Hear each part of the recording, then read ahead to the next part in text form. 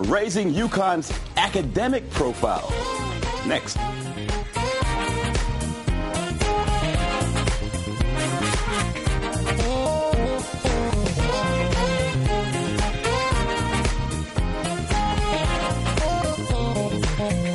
And welcome to the Stan Simpson Show, a program about Connecticut people and compelling issues, making a point to drop in every week. New UConn President Susan Herbst doesn't start her new job until June, but she's already telling stakeholders she wants a higher profile for UConn, one in which academic achievement is as celebrated as nationally ranked athletics. Christine Stewart of CTNewsJunkie.com stops in to talk about the challenges of the incoming president and gives her perspective on other noteworthy news in Connecticut. In our second segment, we'll talk about the plight of Mariana Cardoza Jr., the 22-year-old college student, a native of Mexico, faces deportation because he is an undocumented immigrant. The problem is that he was brought to the United States as an infant, and America is the only home he has ever known. We'll talk to Cardoza in studio about his ordeal and if anything can be done to address it. But first, an incoming president is already setting a tone. Christine Stewart, CTNewsJunkie.com. Susan Herbst starts in June, but he's already telling folks, I want to raise the profile on UConn, particularly academics, and this basketball graduation rate for the men of 30% is not acceptable. No. Reaction? No, she's very excited that, most of the athletic teams do have good GPAs and that it has raised UConn's profile nationally to be good at athletics, but she wants them to be good at academics, and she wants to bring in the faculty, and she wants to raise that profile, like you said. Research money, bring that research in. Money, yeah, right? Research money, patents. Let's increase the number of patents, increase the amount of economic development the state is doing. Now, her background, she's worked in Georgia, is a Duke graduate, a Dookie coming to UConn, right? Sort of irony there. But, these days, the model for a school president, normally the school president is there now to raise money, right? The model has changed a little bit. She seems to be focused, centering on academics rather than fundraising, although that's a part of it. She seems to be really focusing on raising UConn to the level of UCLA, of Michigan, and not focusing so much on athletics. She wants to create a culture of argument, is what she said, and make UConn graduates critical thinkers by the time they leave. So, arguing is good, right? The former columnist, the culture of argument is always good. Yeah. Right now, how will Jim Calhoun, you think, take to this? Here's a guy who's saying, listen, I get knocked for my graduation rate, but no one's saying my kids are leaving early, going to the pros, and excuse my record. You have a guy like Calhoun who's set in his ways, a new president coming in. Do you foresee a little friction there with the new president trying to make waves and an older basketball coach trying to establish that, hey, he's done some good things with his program? Well, I think if there's any friction, it might be between her and the athletic director. So I don't think that it'll be directly head-on-head Jim Calhoun versus Susan. Well, let's talk about that. So. Jeff Hathaway comes in, and you're right. He's under the gun now. He has a big issue with the booster, where the booster is ticked off, Mr. Burton, for the way that the football coach was hired, and they mended those fences. But you don't want to tick off a guy who gives millions and millions of dollars to the school. Right. Then you have the athletic situation where they're going to be not probation, but the school, the coach will be suspended for 3 years, and the issue of whether or not they had their eye on the ball in basketball. How much heat will we put on Jeff Hathaway? How much accountability will be asked of him with the new president here? I think there's going to be a lot more accountability for that, and so he's going to have his job cut out for him.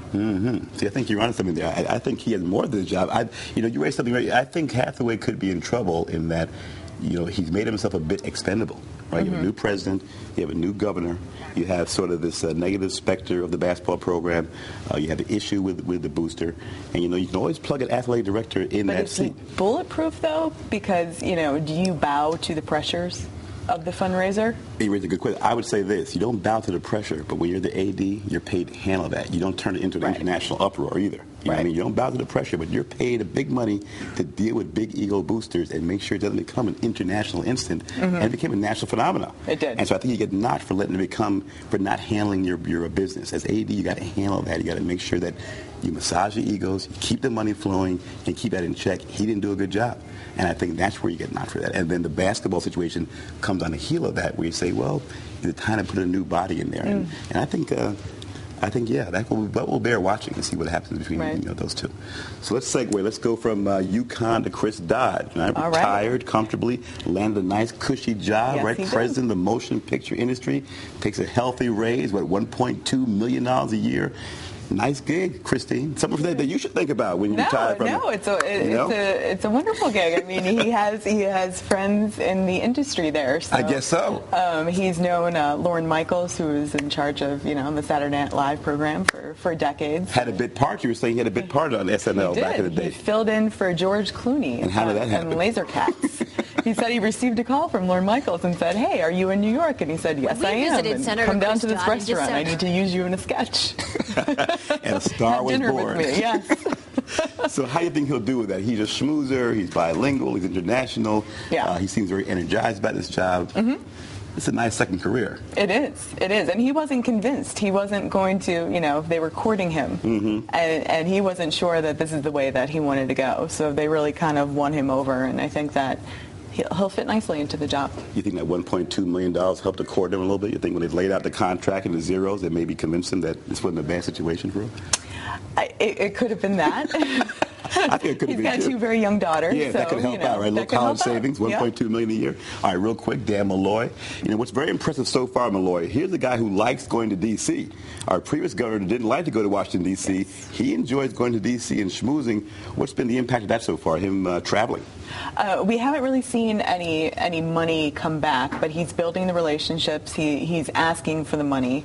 And so when the federal funds begin to flow, maybe Connecticut will see some of them. Shaking the money tree, right? Doing the meet and greet schmoozing down there, right? Yeah. Finally, Dick Blumenthal raising the issue of possible price gouging on gasoline again. This is not going a after story. Real quick, what's happening there? Are folks gouging customers? It's a familiar story. It's one that he fought as Attorney General. I mean, speculators in the oil market are causing prices to go up, and he wants to crack down on that. But you know what? They keep identifying the problem, but they don't fix it. As you said, we identified this problem 4 years ago, and 4 years before that, and they keep saying it's these speculators, and they're taking advantage, and they propose stuff, then nothing happens, and somehow the prices go down, and everyone gets quiet, right? And then goes up again. We do the same cycle over and over again. Yep. Who knows what will happen this year? I mean, that's politics. So what's happening next week? CT News Junkie, what's on your radar for next week? Well, there's a bunch of stuff going on. I mean, they should be in session next Wednesday, so we'll see what happens. $3.5 billion deficits on the table, right? Yep. He's had about 500 town hall meetings. Now you're getting tired of going to each of those town meetings? Or do they all take their own personal profile to town meetings, or are they kind of similar in tone now? Some of them were similar in tone. The one in Hartford was very different. How so? The one in Hartford was more of a liberal crowd. Tax the rich, right? Tax the rich. Tax the rich and don't cut the safety net. And the other ones are more what? They're complaining about the taxes. Yeah. It's not in my backyard, right? Yeah. The $1.5 billion tax increase is mostly what people are talking about. So different towns, same actors. Any Jody Rell sightings at all? Has anyone seen the former governor? No, there have not been any Jody Rell sightings. Off to retirement and being a grandma and doing her thing, right? Yeah, right. Very quiet. She's Christine Stewart, CTNewsJunkie.com. Love having you in, a regular contributor now to the show. Thank you for your time. You're welcome. When we come back, folks, we'll talk to a 22-year-old Capital Community College student who faces deportation because he is an undocumented immigrant. The story of Mariana Cardoso Jr. Next. Don't go away.